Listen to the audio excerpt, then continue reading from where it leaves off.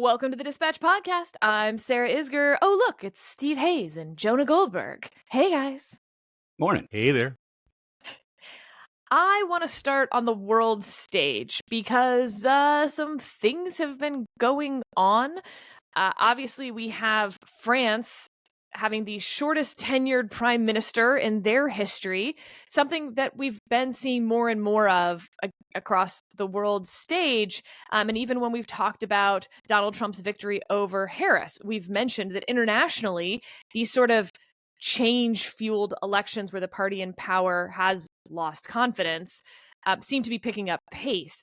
Also, South Korea declaring martial law, then undeclaring martial law. Steve, you're going to have to explain that one to me. And I want to read here from Foreign Policy article. After nearly 5 years of being written off as a frozen conflict, a new and unprecedented chapter was written over the weekend in Syria's 13-year civil war. On Wednesday, rebels in the north of the country launched a lightning round ground offensive against regime forces and managed within 72 hours to take over the major metropolis of Aleppo. A day later, rebels captured Tal Rafat, the last major stronghold in northwest Syria that had been held by a third group, the Kurdish-dominated and US-backed Syrian Democratic Forces. The significance and speed of the rebel victory in Aleppo cannot be overstated. From 2012 to 2016, thousands of rebel and regime soldiers died in the city, then divided between government and opposition enclaves in grueling house-to-house battles with fighters from both sides dying in droves to capture individual streets and move the front line forward meters at a time. Steve, I'll start with you, but this conflict is not really about Syria. If it ever was, it certainly isn't anymore. You have questions about whether Russia, which has largely propped up the Assad regime, intentionally withdrew to force Assad to do more of the things that they wanted, sort of showing him what the world would look like if he didn't have the entire Russian political and military force behind him. You have obviously the US-backed rebels losing ground. You have Turkey as a major player against Assad. You have Israel and that war moving Hezbollah and some of the main Syrian fighters off the board to go fight in that conflict, perhaps allowing the rebels to move more quickly. And for our own purposes, of course, you have Trump perhaps already now facing a pressing foreign policy conflict for when he comes into office, because this is now going to be the breeding ground for, ISIS 3.0, if we want to call it that, at a time when Trump has promised not to have wars, to remove soldiers from these international battlefields. And yet, that's one of the foreign policy accomplishments he touts from his time in office, is defeating ISIS. So can he allow them to come back to power? Well, it's complicated, as you suggest. I think everything that you say has some merit, and it probably would be worth spending a lot of time on each one of your specific points. But we don't have that time, so I'll take sort of a couple big points away. I think this is in many ways primarily about Iran. I mean, of course it's about Syria. Of course it's about Bashar al-Assad. To a certain extent, it's about U.S. and ripple effects from the elections here and from our policies there over the past 4 years. But I think this is an opportunistic move because of a weakened Iran. And we're seeing this kind of all over the region. Iran has lost one of its main proxies for all intents in Hezbollah.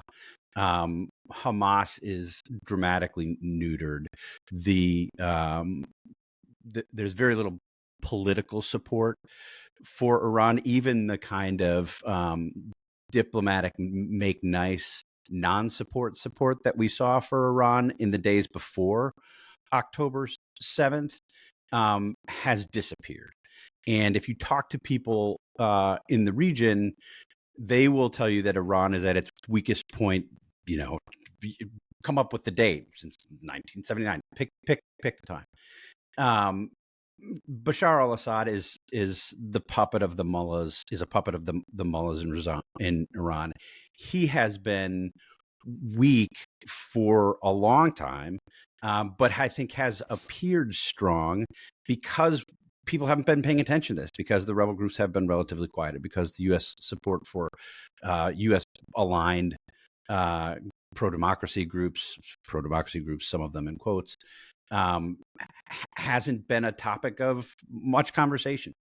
So this is, I think, first and foremost, an opportunistic move by the rebel groups who see Bashar al-Assad as weak and see Iran as incapable or unwilling to lend the kind of support it would need to lend to stop these things. And there's another city that fell this morning. I mean, the speed that Aleppo fell is incredible, and we are likely to see this continue to happen. Government forces are withdrawing from cities and announcing that they're withdrawing from cities. Defense Ministry saying, we don't want more civilian casualties, so we're pulling out.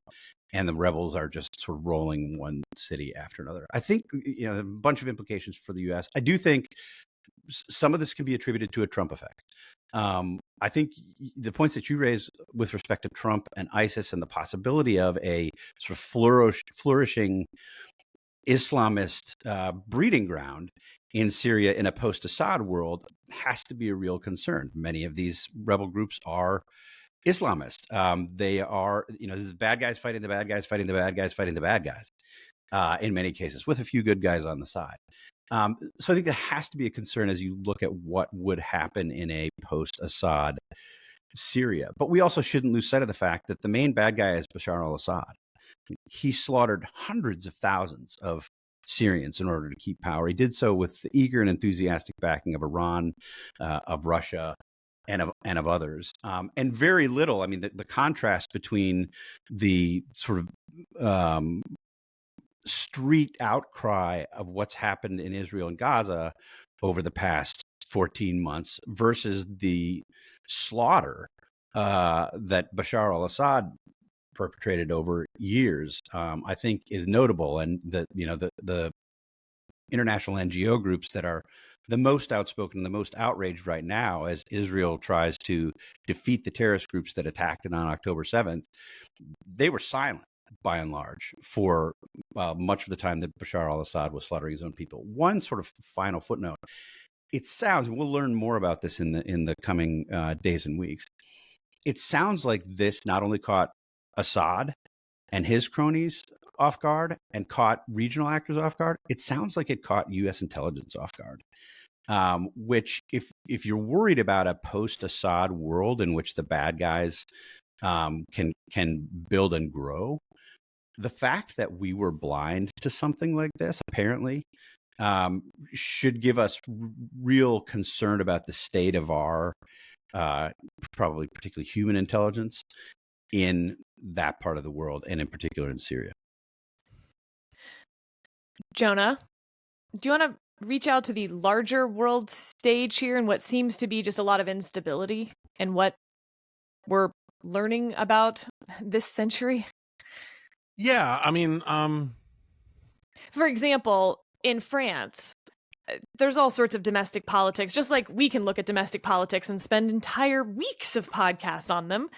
But if you step out, it seems like some of France's problem here and their instability is being caused by the euro, the thing that, Brexit was kind of about, and the international community, the sort of elites, if you will, were like, Brexit's a huge mistake. This is a disaster. I don't know. Does this make Brexit look pretty good?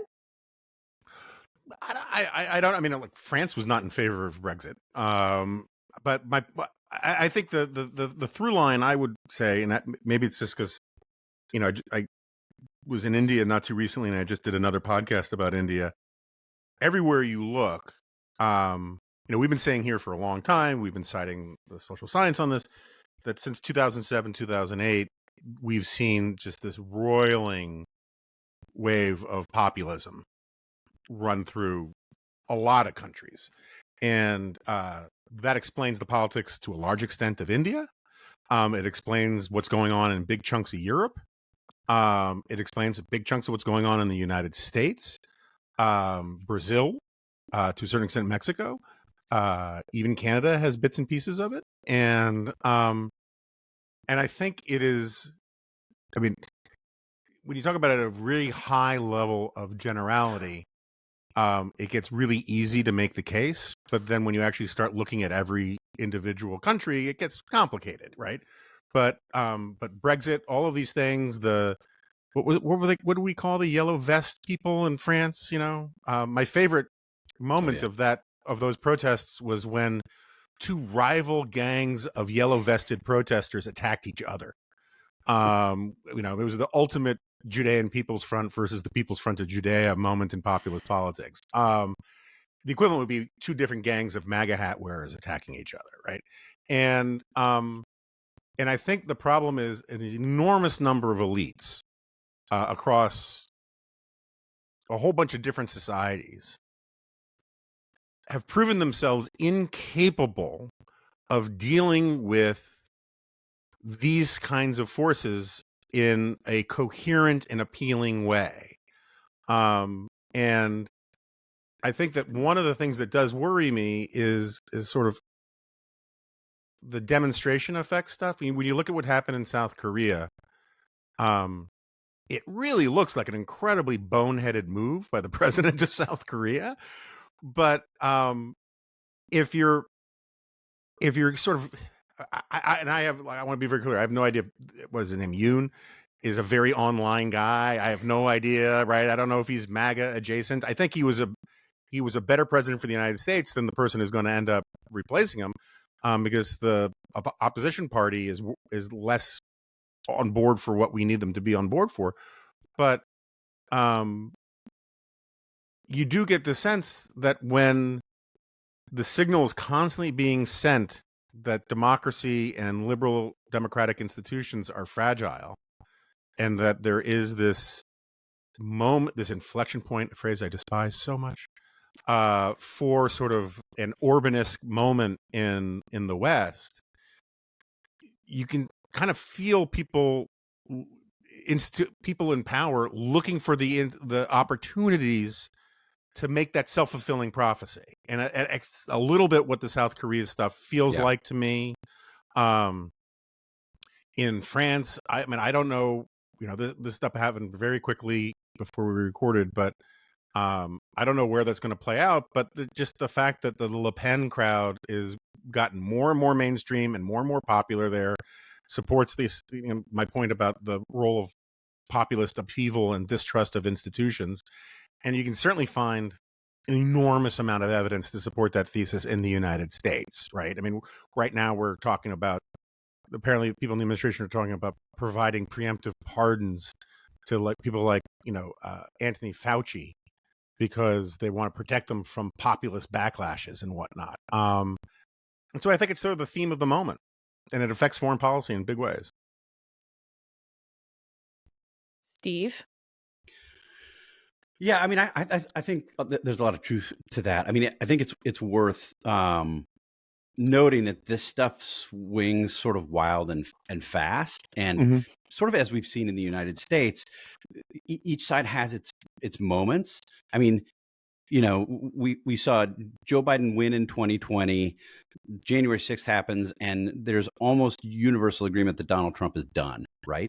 And then he's not. Then he's resurrected, and then there are these predictions of a red wave in 2022 that fails to materialize, and it becomes a good moment for Joe Biden, who decides to, depending on who you believe, which version of the story you believe, run for re-election on the strength of this repudiation of Trump and Trumpism and the kind of populism that Jonah's describing around the world. It's worth pointing out that Marine Le Pen was thought to be on the upswing in just as recently as this summer, and then was handed a pretty significant defeat in early mid-summer, and looked to be on the outs before now these other parties are having their own problems. So I think this stuff really can really swing quickly. The through line, it seems to me, I mean, there's so many reasons that Jonah's right. These things are different everywhere around the world. It seems to me one of the real through lines is the speed of information and the management and use of information.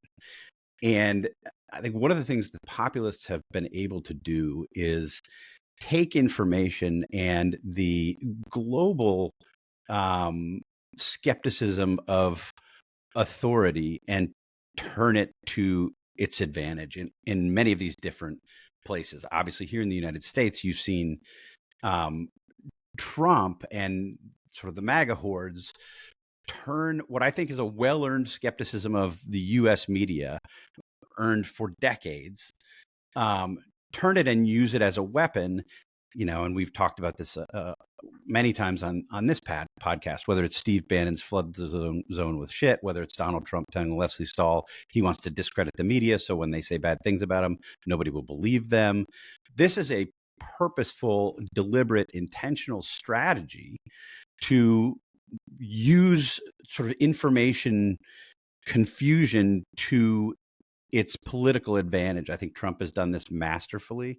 I think you've seen other movements, some of them very consciously imitating what Trump has done. I mean, this was true of the Vox movement in Spain, for instance, in the 2-3 years after Trump was first elected here in the United States, looked to the United States, looked to Trump's victory and said, we're going to do this and usher in this popular revolt here in Spain. It didn't happen the way that they wanted to. But I think that is going to be one of the interesting things to continue to really look at, is sort of the democratization of information, the ability of populists to use information to their own advantage in all of these different scenarios. Yeah, just very quickly on that, I agree entirely with that. I've written a lot about the social media part of it. I agree.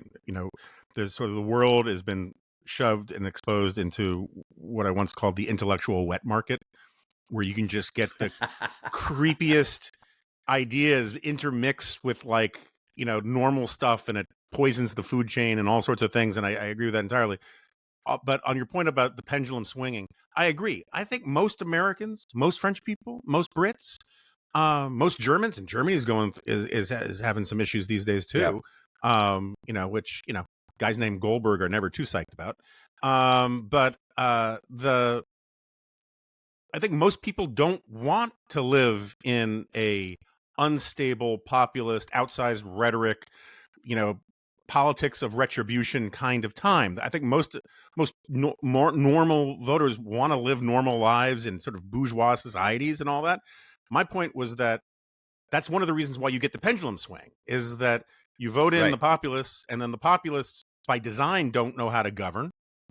And so that creates a demand for the quote unquote normals, the responsible people, to come in and take over. The problem is they don't know how to govern either, right? Yes. Biden could have been the return to normalcy guy. If we took out all the times we had this conversation about how Biden blew the return to normalcy stuff, the 10,000 hours of our podcast would be shortened to 6,000 hours, right? I mean, we've talked about this a lot. The point is that I think a lot of these international elites, the people who are supposed to be entrusted with institutions, from higher education to the foundations to government bureaucracies, they have lost their mojo when it comes to sort of actually dealing with democratic politics, small d democratic politics. They've lost their small r Republican virtue.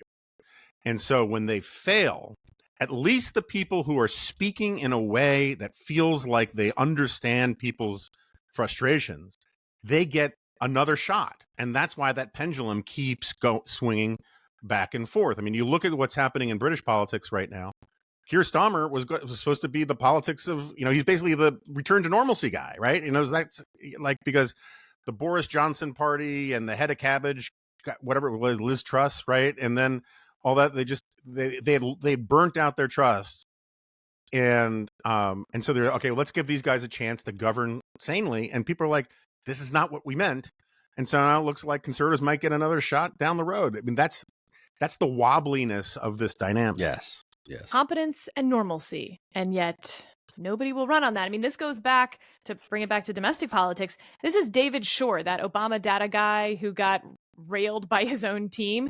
This was his point about popularism, right? And this was like a whole thing among some center left, even, I don't even think they're center left, really, like real left-wing guys. They're like, why don't we do things that are popular? And they were shunned by the left. That was an insane and unhelpful oppressor type notion to suggest that a political party should do popular things. It's a little baffling. Or even just Jonah, talk about popular things. I mean, that was what they actually were talking about. That was the humblest thesis in American political life, that politicians who want to get elected should talk about popular things. And they were like, "How dare you, sir?" Anyway, it was a weird moment. I want to return to Syria for a moment before we dive into domestic politics, such as it is. And some of the semantics around this, because I see a lot of sort of, they're not even trying to be clickbait headlines, but they are clickbait headlines. Steve, I know how much you love clickbait. Is World War III already started? Is World War III happening in Syria or in Israel or in Iran or whatever else? This like tossing around the narrative of World War III in order to get people to pay attention to what's going on in foreign policy, which is hard to get people to do. And as we open this conversation, and we talked about Syria involving, and not just tangentially, I mean, boots on the ground level involving Russia, Iran, to some extent Israel, because it's pulling boots on the ground away, the US, Turkey. How are we defining what World War III would mean? Because to me, at least, I sort of roll my eyes at the World War III comparison, because almost every major conflict in the world right now is going to involve multiple superpowers. Again, look at Ukraine, look at Taiwan. It doesn't mean it's not scary, or even scarier, maybe, but the World War blah, blah, blah seems to miss the point to me. Yeah, so I'm completely with you, and I'm glad that you framed this part of the discussion on World War III in journalistic terms, because I think that's sort of the question, right? I think you could probably make an intellectual argument that, given the reaches of these various conflicts and the interrelatedness, we could make a theoretical case. Yes, this is World War III, or this is World War III in the same way that World War II was World War II. That's not my view. But I think in a journalistic context, it's irresponsible to say this, and it further diminishes the already low credibility that media institutions have when they use descriptors that don't. I mean, I hate to say this. You have to be careful making this argument.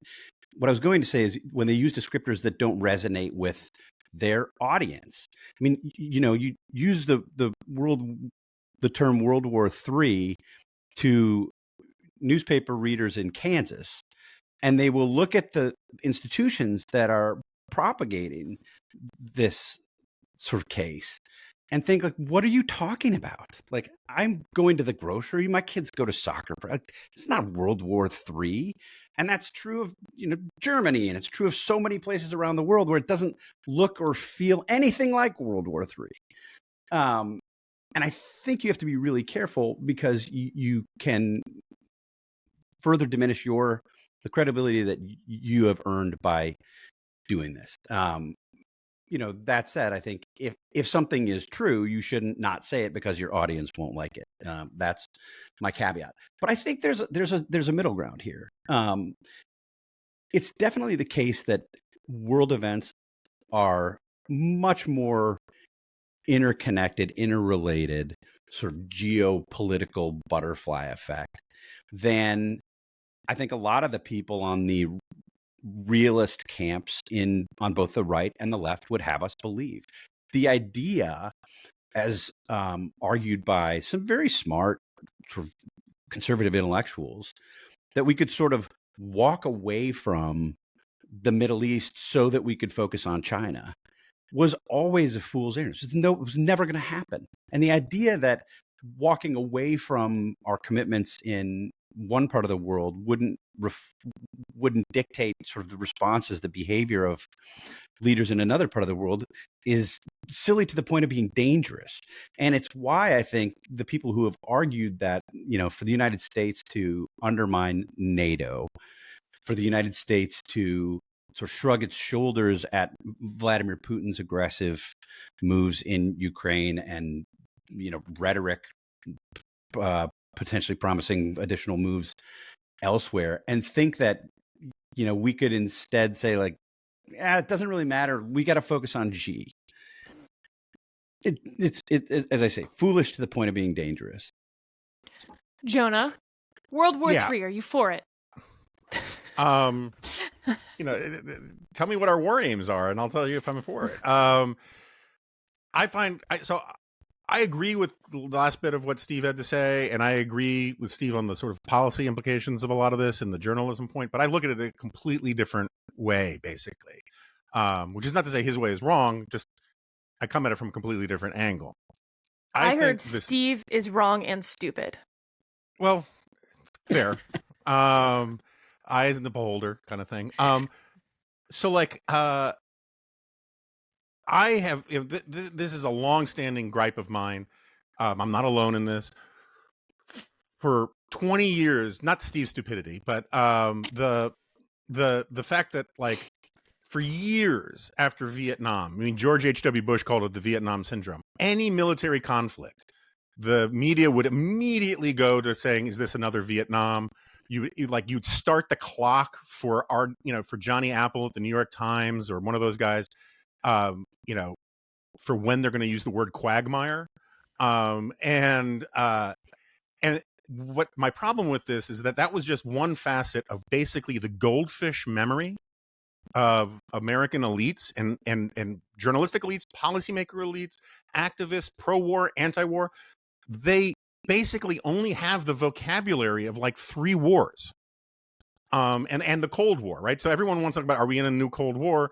And you can talk about what Cold War means to you and all that kind of stuff. And a lot of smart people are using it vis-a-vis China and all that kind of stuff. But whatever this Cold War looks like, it's going to look nothing like the actual Cold War between, the Soviet Union and the West. And there are so many better analogies for what's going on now. I mean, just like sort of off the, I wrote a very brief list here, right? So in the last 200 years, we had the Napoleonic Wars, the 7 Years' War, the War of Austrian Succession, the 30 Years' War, the War of Spanish Succession, the Second Coalition War, and the First Coalition War. And those are just some, right? Don't forget the U.S. Civil War that also had foreign actors involved. That's by no means an exhaustive list, right? So, like, how dare you leave out the one I thought of? There's also like the Great Game, all that stuff, between the British and the Russians and India and Asia and all that kind of stuff. Like, this is sort of in some ways the returning to history that we had at the end of the Cold War, where various coalitions of powers form to vie for their interests against one another. And so to me, like, simply because you're in a situation where that's going on doesn't mean we're on the brink of a third world war. And one of the most important reasons why the Third World War talk is dangerous or misleading is that the things that distinguished for the American experience the First World War and the Second World War is and the Civil War, which was considered the first of them, was total war, where the home society, where the domestic society and economy was completely rejiggered to fight a complete war, where the home front was considered part of the battlefront. We are not going to, if we have a World War III that doesn't involve nuclear weapons, or even if it does involve nuclear weapons, it's not going to look like that. And that may be good or that may be bad. But to tell people that, like, if we get into a conflict that involves Russia, that the contours of what that would look like are utterly familiar to people is just not true. And so I just find it like you have people who don't understand, don't have any other vocabulary than World War II. And so their analogies always go to it. Is it like World War II and the Cold War are basically the only thing that policymakers know how to talk about? Uh-oh. Yeah, he disappeared a second ago. He was so offended by my response. Well, it was offensive. We will wait for him to come back. I'll text him. Do you think he doesn't know? That's the funniest. Yeah. There he is. You just done with us, Steve? This is the greatest. This is the greatest. I mean, it's like this so encapsulates my entire life right now. So what just happened was we have Starlink, but I haven't had the time to put it in permanently. So it's just sort of sitting on top of our roof. It's very windy today. today. Very windy. Very windy. And so it went out, and I just assumed maybe it got flipped over. So I run. I'm trying to do this so that I can get back and be connected during Jonah's answer. Like, Jonah's just going to keep talking. I'm going to get back. Everything will.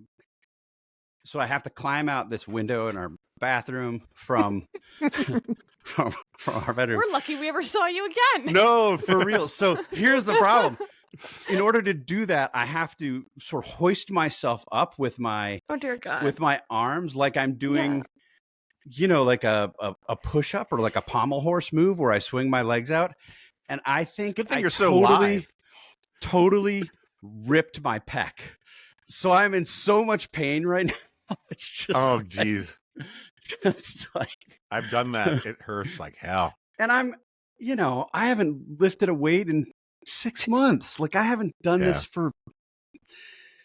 Anyway, it's up there. Would you like to go get some ibuprofen? I'm okay. I put it sort of down the slope of the roof, so hopefully it won't be caught, because it was perched on the, where the roof. This is like the podcast version of Lampoon. I mean, it's Christmas, but it's so perfect for me right now. It's like people who get, and I speak this with love. It's like people who get video game injuries. They jump up and pull a muscle or whatever. It's like, I had a really bad podcast injury.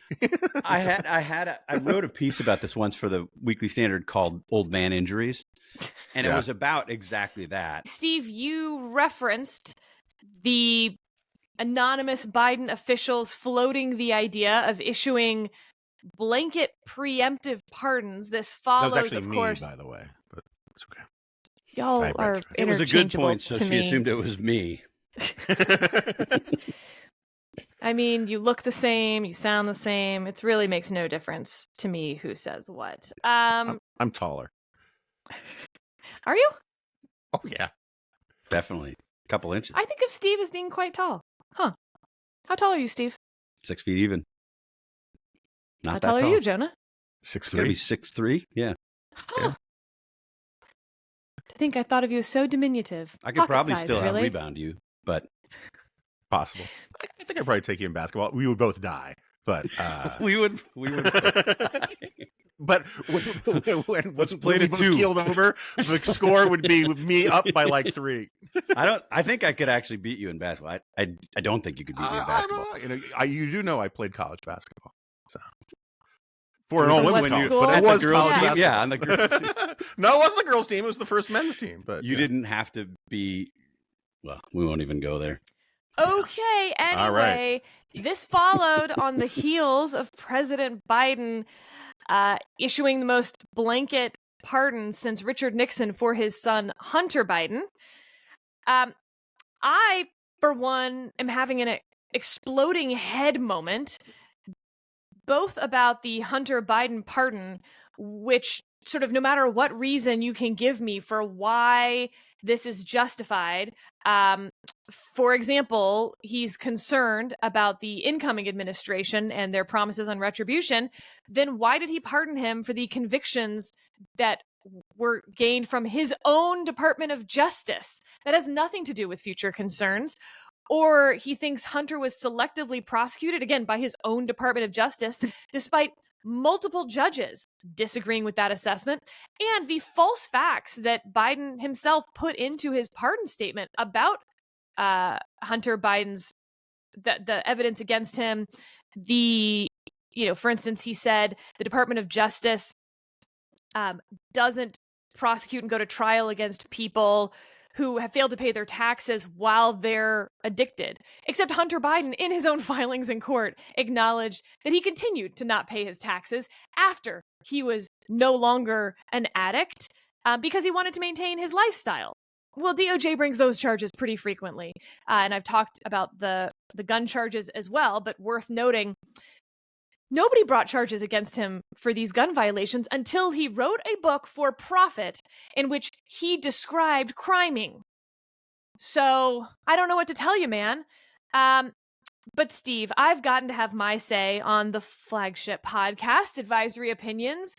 I think you differ with me on some of this, and I want to yell at you about it. But please, let's have you say some stuff out loud that I won't listen to first. I don't differ with you as much as you probably hope, because I do, because I'm itching for a fight. No, I can tell. I can tell. And my concern is if we don't have one here, you'll pick one on something else. That's right. No, my sort of level setting.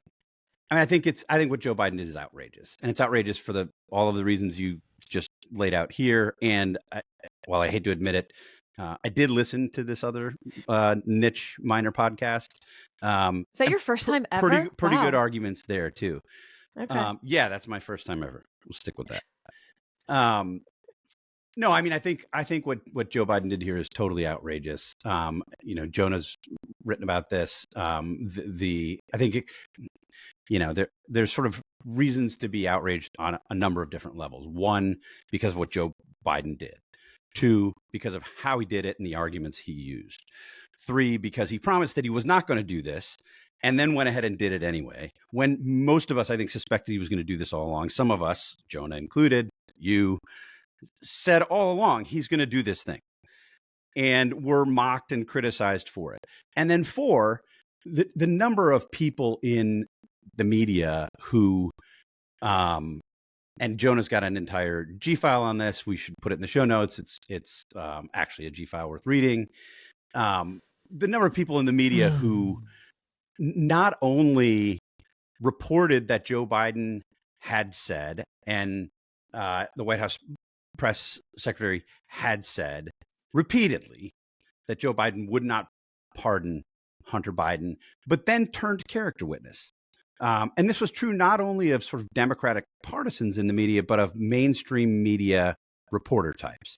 So how dare you question whether Joe Biden actually means what he says here? Of course he does, because he's saying it. And some held him up to be sort of paragons of virtue for these arguments. So there are all sorts of reasons to be frustrated by what Joe Biden did here. And I think the widespread condemnation that he's gotten for it is much deserved. The only area, and there's no substantive point where I can say, like, here's where I disagree with you, Sarah. The only area where I would say I can understand the thought processes that go into the pardons generally, but the blanket pardons that are now apparently being contemplated and discussed, is when you take time to listen to the kinds of things that people like Kash Patel are saying, who is, as we have this conversation, getting generally favorable reviews from Republicans in the Senate. The prospect of Kash Patel as FBI director, when he has spent literally years talking about getting retribution on his political enemies, and has used conspiracies to make his accusations, makes you understand why people in Biden world would say, well, geez, we got to protect these people. I think it's a bad reason to do that. It undermines the rule of law in all the ways that we've argued about. Don't you defend yourself from me. No, I'm going to get it in front of you, because I don't want to just tee you up on that. Okay, go, Sarah. Where is that? But to be very clear, I am not justifying, defending, excusing, or advocating for that approach. It's just that when you, as I have, spent hours and hours and hours listening to podcasts with Kash Patel, saying these kinds of things, reading the things that he said, you can understand why there are the concerns that led to this bad decision, or bad contemplation of a bad decision. So excited. It's my turn now.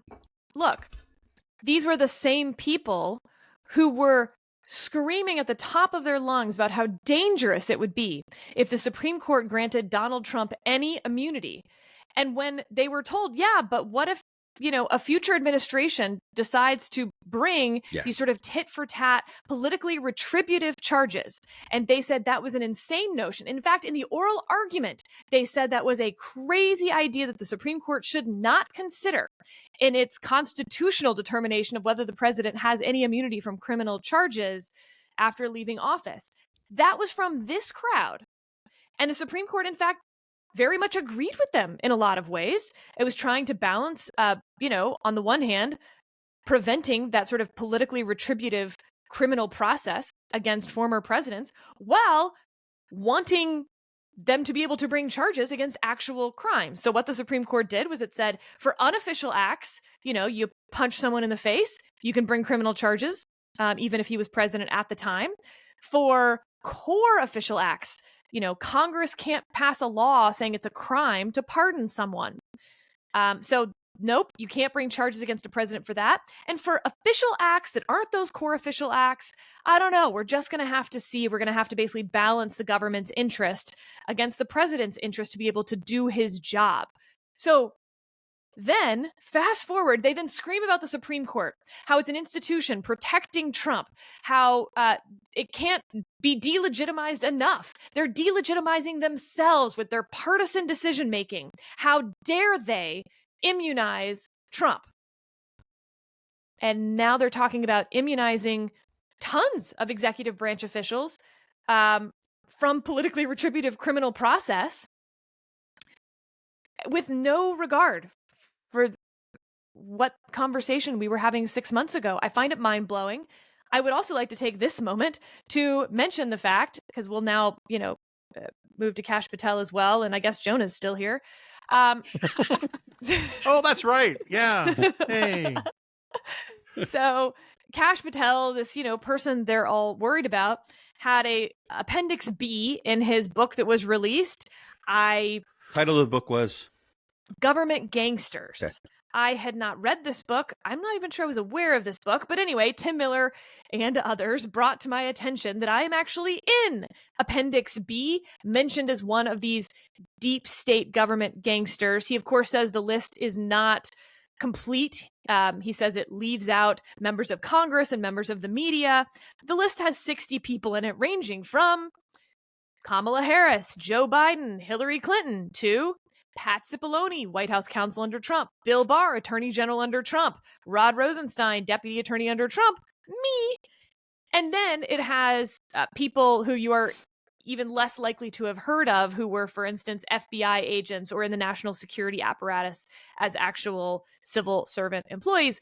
My first argument, of course, being I don't know that could have any shared definition of deep state. How is Joe Biden deep state? He's pretty at the top of the state. He's literally... He's the head of the government. He's the head of state. Yeah. Right? Yeah.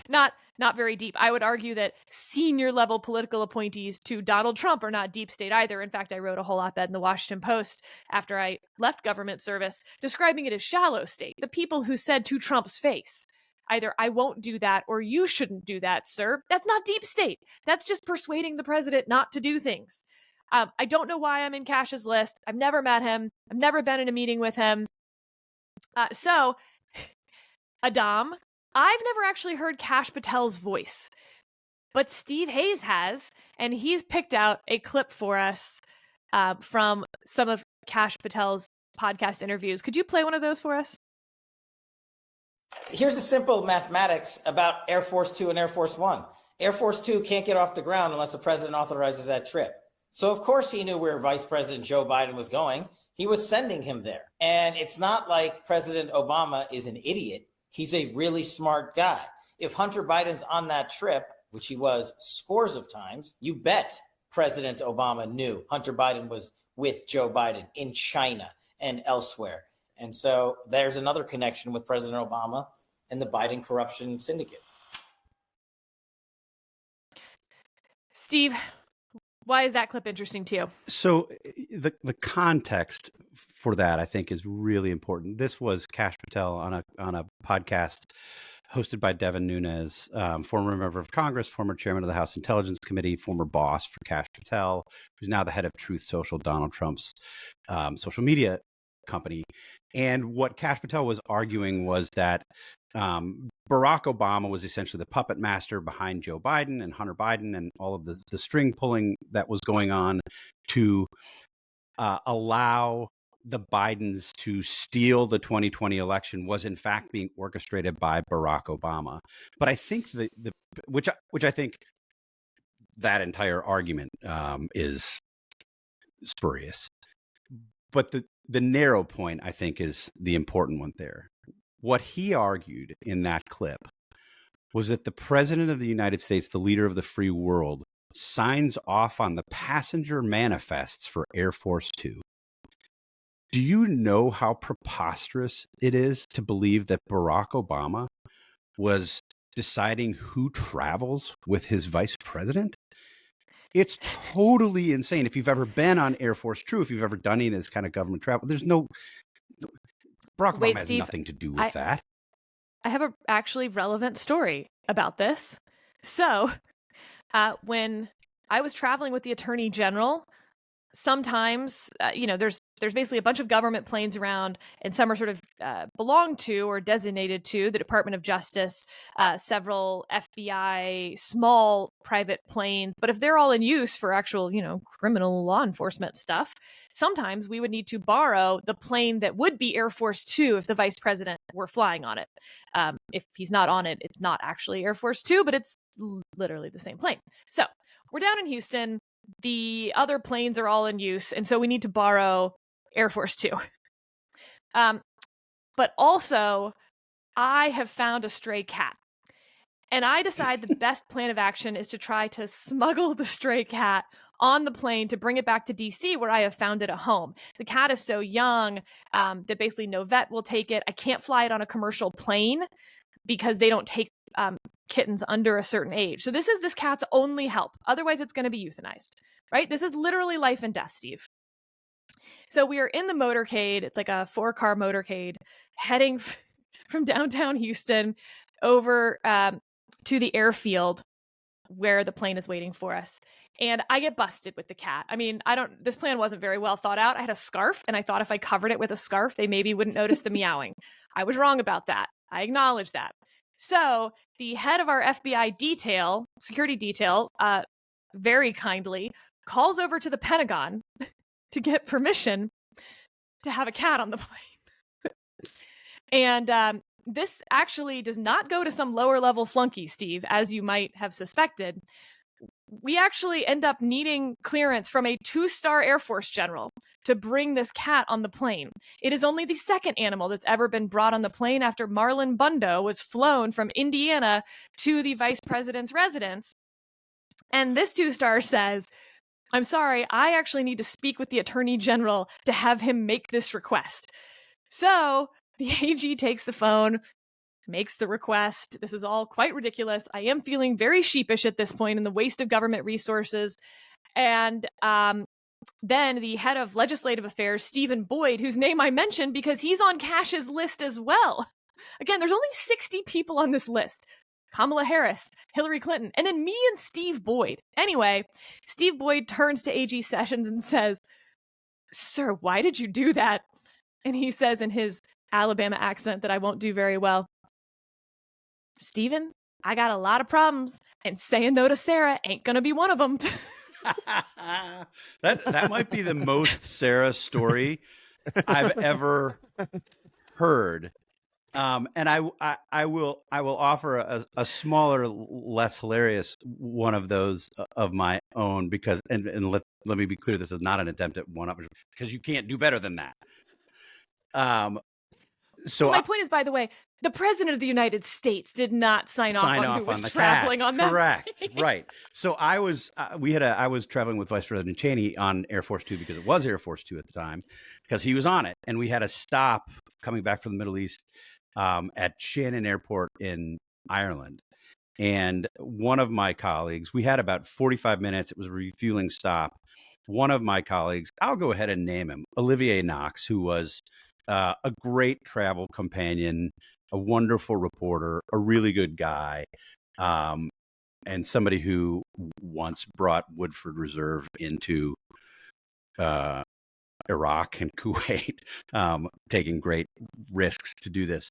We stopped at the bar at Shannon Airport to have a couple beers in the 45-minute layover that we did.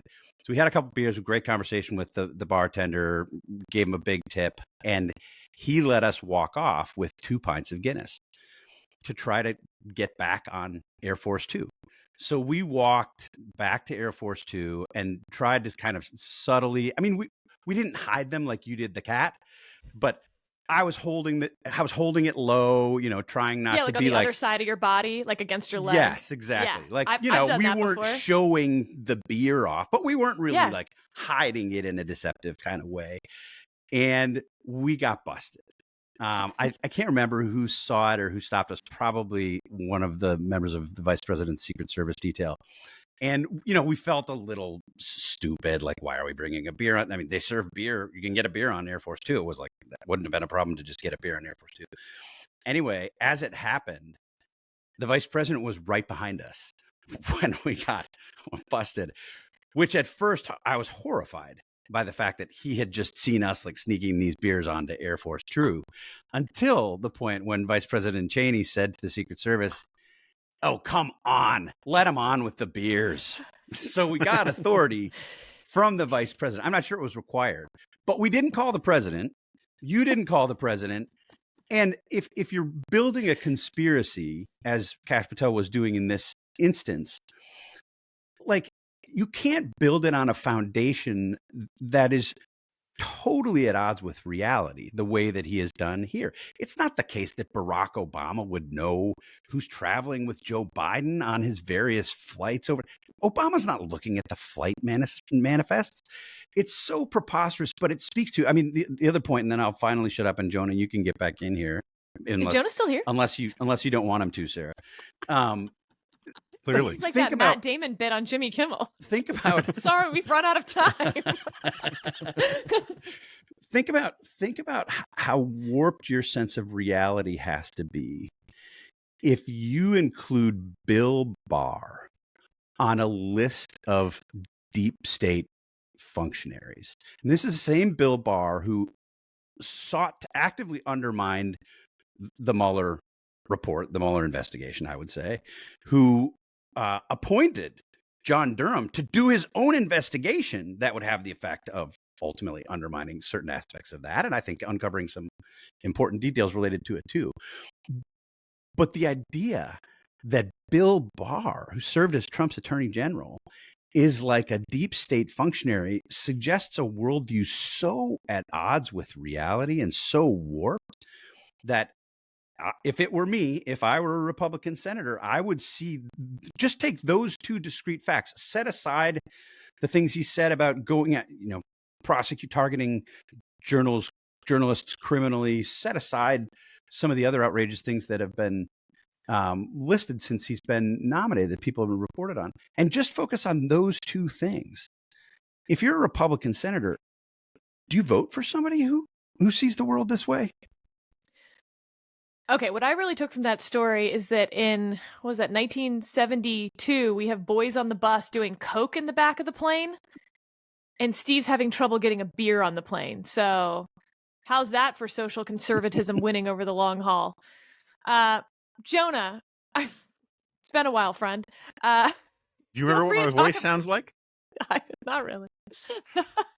We've done some pardons, we've done some planes, we've done nominations. Pick your poison.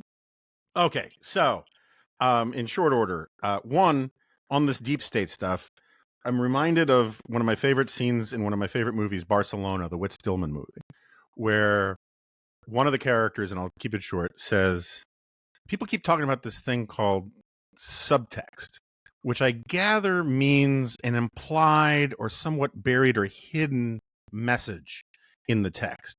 But if that's the subtext, what's on top of that? And the other guy says, that's the text.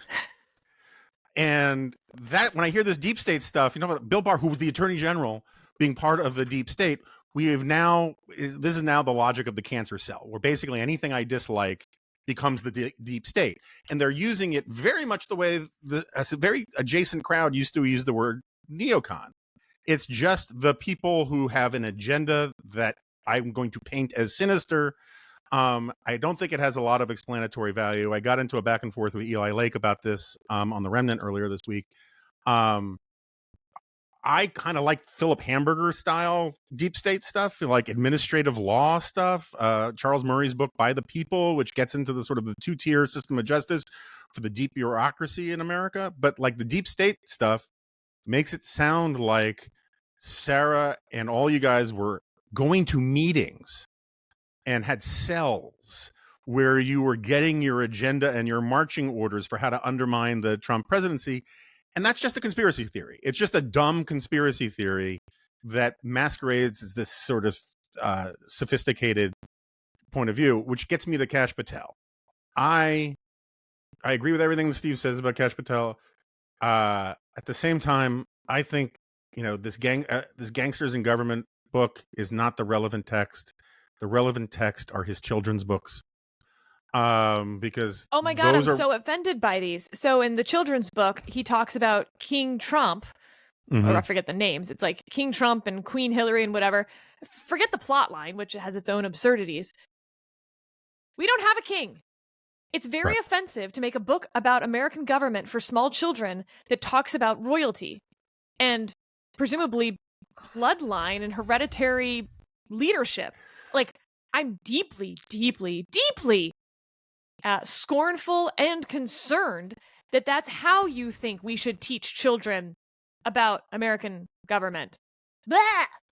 Well, I agree with that. I also just think any books that try to tap into Fox News addicted senior citizens' desire to indoctrinate their grandkids is gross, right? Just any political sort of partisan stuff turned into children's books has always disgusted me. But the point is not the text, to get back to subtext versus text, the text of those books. It's the subtext. And the subtext is Kash Patel was signaling that he is a head past the sphincter ass kisser of Donald Trump and will do whatever the guy wants and whatever appeases and panders to his super fans. And that on the surface makes him a terrible pick to be the director of the FBI. We don't have to talk about, like, I mean, I agree with you, Sarah. I listen to advisory opinions fairly religiously, as you know. God, I agree with you that superficially, sphincter pleasing of the ruler. Easy killer, easy. Well, I have the last point, which will not please Sarah, but yeah, you've really run out of time here, Jonah. Quit. No, but I agree with you. All I was gonna say is that I think Kash Patel is, in terms of his resume, meets the minimal requirements to be an attorney general. I mean, to be an FBI director. But in terms of his temperament and his political reputation and profile and all the other reasons, he is just wildly unfit for the appointment. The last point, since I wasn't going to get into this. I know we're all sick of this really now dead joke about flagship podcast stuff, right? It's one of these gags, like my dear reader gag and some of these other things that I wish we could get rid of, but it keeps coming back. Sarah, you're a text history and tradition person, right? To one extent or another. No? Yes. Okay. So the original text history and tradition of the term flagship simply refers to whatever ship, sort of like whatever plane the vice president is on is Air Force 2, whatever plane the president is on is Air Force 1, whatever ship the admiral is on becomes the flagship. And so therefore, this show, because we have a co-admiralty at the Dispatch, this show is definitionally, when we are both on it, the flagship podcast. Oh, wait, you're talking about you two? Sorry, yeah. I definitely thought you were talking about someone else heading this ship. No, when we are on it, that's all it takes. It's like, and the admiral doesn't necessarily captain the ship, right? There's a subordinate captain who like makes sure the sails go up and all that kind of stuff. But the fact that we are simply on this podcast makes it the flagship podcast. And then if you want to get the more metaphorical uses of the word flagship. Hey, listeners, let's obviously see who the Remnant is the flagship on this ship is. No. It's not the admiral of the ship. It's the admiral of the fleet. Steve's the CEO. We're on this ship. No, you're the captain of the ship. We are. You've made we your still- case, and I'm just we still asking pay your- listeners for their pay your paycheck. opinion. Uh-huh. Who pays the admiral's paycheck, by the way? You think that money comes from what? Like, as in everyone's getting a paycheck in that Yeah, I government understand. service as well. I don't think the paycheck point is doing what you say. You're scrambling here because you've just been overpowered by the force of my argument. But anyway, we can get back to the substance if you like. I don't know. It's fine. I do want to say that I promise, because I've been sitting here day drinking because it took me so long to come back on the podcast. I do promise that if I am confirmed for Secretary of Defense, I too will stop drinking. I do want to have your take, though, quickly on the preemptive pardon idea. Is Steve right that, it's understandable, or am I right that it's an outrage, hypocritical, and exactly the thing they claim to be against, once again, similar to Joe Biden after his son was convicted in a trial, saying he believed in the justice system and he would not pardon his son. Nothing has changed between then and now for him to say that he was selectively prosecuted and nobody would have brought these charges. These preemptive pardons, right? It will then, I think, start the tradition of presidents preemptively pardoning their staff, like the people they like, basically. If people know that preemptive pardon's coming, whether they committed real crimes or not, certainly the incentives sure change about whether you think real hard about the criminal implications of what you're doing. Thoughts, Jonah? I think Steve's entirely wrong. And you're entirely right. I wasn't going to jump in, but let me just clarify. I said the thought process was understandable given what we've seen. I agree entirely with all of Sarah's points, and it was wrong to do. But I understand why they're in a panic when you have somebody like right. But we're talking now about the preemptive stuff about we're talking about preemptive pardons for Liz Cheney and Adam Schiff, right? Which they were talking specifically about executive branch people, but even the blanket ones, I think, are wrong. But I understand if you're looking at a potential Kash Patel as FBI director, why people might want to get in front of that, given his expressed. I don't justify. I agree. Bad, undermines rule law, all that stuff. Important distinction. That's fair. One of the things you could do in that case, since I still think the courts are in pretty good shape, is just launch a giant legal defense fund for all of these people. Which, by the way, is what their argument was for why the Supreme Court was absolutely insane for granting presidents any immunity. We trust the court system. The court system can take care of this. We trust juries. Oh, they don't trust juries anymore? Again, all the things that they said against the other side, they're now unwilling to apply to their side. Oh, well, depending on where you bring the case, that jury could be pretty biased against Anthony Fauci. What? Right. You literally said the exact same case against Donald Trump having a case in D.C. or New York City was insane. Yes, I really hate most or reject most efforts to say, we should amend the Constitution. I'm generally not a big amend the Constitution guy. There are some exceptions. I am increasingly in favor of getting rid of the pardon power if this is the course that we're heading on. Because I'm a norms guy, right? I think we should have norms, and I think Trump did great violence to the norms about pardons. Biden threw gasoline on that and made it worse. But the idea, one of the norms that I used to think was kind of important was admitting guilt, right? That you got a pardon either after you paid your debt to society, or at the very least, there was some recognition that you were in the wrong and deserving of a pardon. The idea that you're going to give these people blanket pardons in advance for crimes that they don't claim to have committed is such a bad precedent going forward, that if that's what becomes the norm, I want to get rid of the constitutional authority for that norm. I think I get really tired of the begats and all this, who started what. The point is where we're at is really bad, and everybody has a certain share of blame and why we're at where we're at. But this is crazy talk, and it's wildly hypocritical, and it's going to lead to nowhere good. I have a proposal. I think every time we talk about norms, We should play the audio of the people around the bar at Cheers. Norm! When Norm walks in. Like every time you say, like when you say Norms, that's what I hear in my head. I'm like, Norms! I like that. All right. A very quick worth your time. This has been a debate raging throughout my adult life. Fake Christmas trees or real Christmas trees? Do you feel strongly about this distinction, Steve? Yeah, I have to. This is where I sort of acknowledge what a dork I am. I love real Christmas trees. I love the smell of them. I love everything about them. I love the sticky stuff. I like the whole thing, the process of getting them, decorating them, setting them up, the whole thing. That would be sap, Jonah. God, can't. It's like childish. All right, listeners. Yes, Jonah and I were giggling. I mean, God, we're talking about a at each other tree, and a laughing. fir tree. Oh my God, it's like unbelievable. Please continue. So anyway, now I'm so distracted by this silliness. But I can't have a real tree because like if we have, even if you have these, a wreath inside the house, or my wife used to put the I don't even know what you call them. Boughs. Are they the boughs? Yes. Going up garlands, whatever. Yeah. Boughs of holly. Just miserable within like 2 minutes because I'm so allergic. So I can't do Steve it. is so claiming disability. Yeah, we have a problem. I'm always tempted to do it and just say like I'm going to suck it up through December because it's so much more preferable.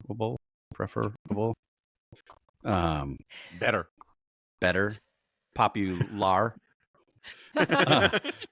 Wow, did Steve just make a Wicked reference?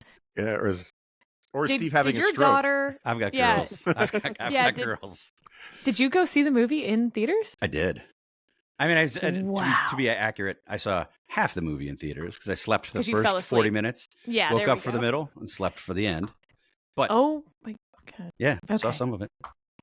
Did you actually see Popular, the song? Were you awake for that part? I did. I actually knew it because our girls have been listening to that soundtrack for years and years. So I'm well, okay. I'll probably sing some of them.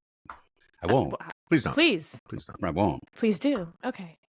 Jonah, fake or real? Oh, real. I find are fake Christmas trees just not preferable, or are they an abomination? I'm closer to an abomination. I've never heard arguments in favor of them that don't boil down to a health excuse like Steve has, or some form of rank, morally, aesthetically sterile pragmatism. Oh, I have to clean up the needles if you get a real one, and they have spiders in them, all that kind of stuff. I got no use for any of those arguments. And what about cutting down trees? These were trees that were grown. They are fulfilling their destiny. They were grown to be cut down. It's actually, and if you care about climate change, young, fast-growing trees absorb more carbon from the atmosphere than mature ones. And so you are actually it's a carbon offset, if that's the kind of ridiculous excuse you need to have a proper Christmas tree. Huh. Okay. Well, I think that was worth my time. So I lived a very deprived childhood. My mother fell into your needles category. We didn't even have a fake tree, though. We didn't have anything. We had a garland only. Wow. So when I came of age, I swung the pendulum maybe a little too far the other direction, where it's like I go out the very first day that Christmas trees are available and go get one. I'm so into them. I will never deprive my children of this. But also, we have a fake one in the house just in case they're not selling the Christmas trees early enough, or I can't find one, or I don't know. There could be some Christmas tree apocalypse. So my kids get 2 Christmas trees every year to make up for never having a Christmas tree growing up. And since I think my dad's probably listening to this podcast, Dad, you're only partially to blame. So, it's a fun, and your kids are just coming to be old enough that they could partake in it, is in Virginia. I mean, I'm sure in every state, but like there are places where their Christmas tree farms, you cut down your own. And we've done that a few times, and it's great. It's a lot of fun. Yeah, no, for sure. So can I just give a warning to listeners that if you've got your kids in the car that are below a certain Christmas age, you know what I mean? Turn off this podcast. So once again, if your kids are in the car and they're below a certain Christmas age, please turn off this podcast. Okay. So when we had this party at our house, and so I was putting away all this stuff, and one of the Christmas presents got put in this closet that nobody ever goes into on like a top shelf, and my son yesterday found it. And we don't do Christmas presents from other people. Christmas presents only come from Santa. And he was like, "What's that up there?" And I was like, "I don't know. You need to go put your shoes away and do this other thing and go upstairs." And with that time, then it was Legos. And it's like just the, bucket of Legos. So I took the yellow box and realized I couldn't hold all the Legos. So I ran with the yellow box into Scott's office, dumped the Legos onto his desk, ran back with the yellow box, put it back on the shelf. And it was like, "Oh, Nate, did you want to check and see what that yellow box was?" And he was like, yeah, definitely. I want to see if there's toys in it. And so I took the yellow box down. I was like, "Oh, no, this is just a container for cleaning up, for the basement. Do you want to take it down to the basement to like clean up your toys?" And he was like, "No, that's lame." Then I go off to like cook dinner. He does something he never does. He wanders into Scott's office and is like, "Mommy, I found Legos in Daddy's office." And I was like, "Oh no." So then I was like, "Hey, I need you to go downstairs and do this other thing." So he goes to the basement. And in that time, I get a bag, stuff all those Legos in the bag, find a different, smaller set of Legos that make Lego ornaments that I had also gotten, dump those onto the office desk, and then I'm like, "Oh, Nate, did you want to check out the Legos in Daddy's office?" It was the most absurd night of hiding, of failed hiding of Christmas presents in history, and I don't even know. He's 4.5. Like, do you think I can now get away with Santa giving him these Legos? No, I would level with him and introduce gifts from parents in addition to Santa this Christmas. Oh, that's a pretty good idea. Yeah. Okay. Yeah.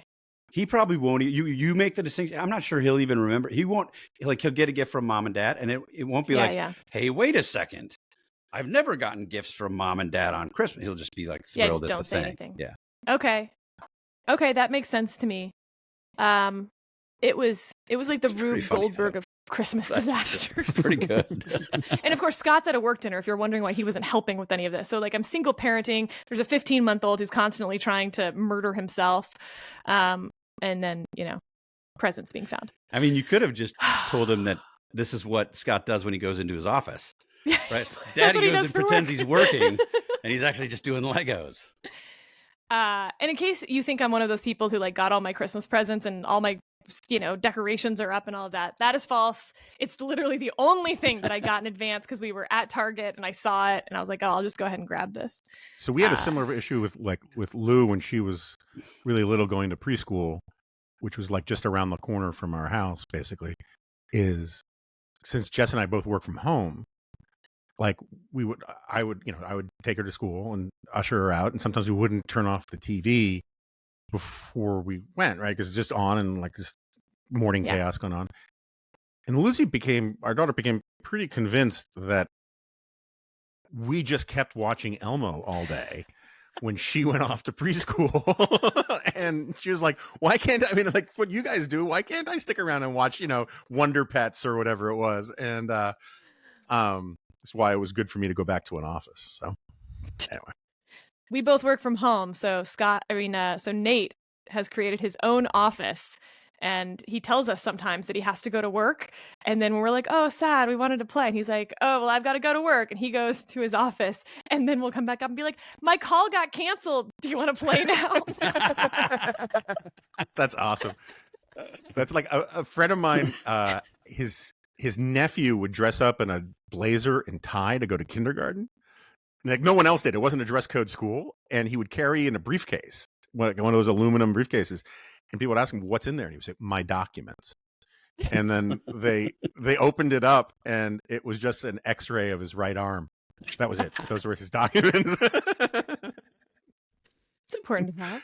Well, listeners, this podcast went off the rail at several points. We're just glad that Jonah was able to join us after all.